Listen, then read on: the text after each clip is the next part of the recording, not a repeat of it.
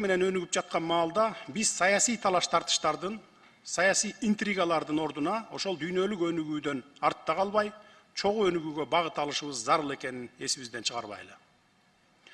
Кыргызстанга азыр экономикабызды жолго коюп, аны андан ары өркүндөтүү маселеси биринчи орунда турат. Элдин талабы, тилек үмүтү дагы дал ушундай. Урматтуу эл өкүлдөрү, биздин алдыбызда өлкөнүн сырткы карызын төлөө, каржы булактарын табуу керек деген чоң маселебиз бар, аны билесиздер. Тагдырдын жазмышы экен, бул чоң көйгөй менин учурума туш келди.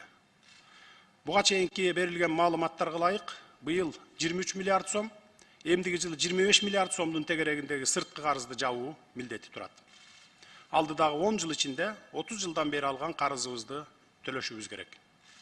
Төлөй албасак, өзүңүздөргө белгилүү болгондой, өлкөнүн беделине шек келтирет.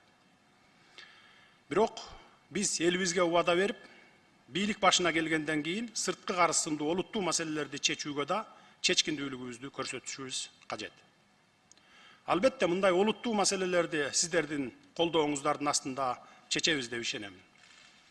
Ошентсе да жогорудагыдай саясий упай топтоп, электоратка өйтөм деген саясатчыларга кечээ жакында 2020 жылы эле эмгек акыларды көтөргөндү, жол, мектеп жана башкаларды салганды, ири долбоорлорду пландап ишке ашырганды мындай коелу. Ушул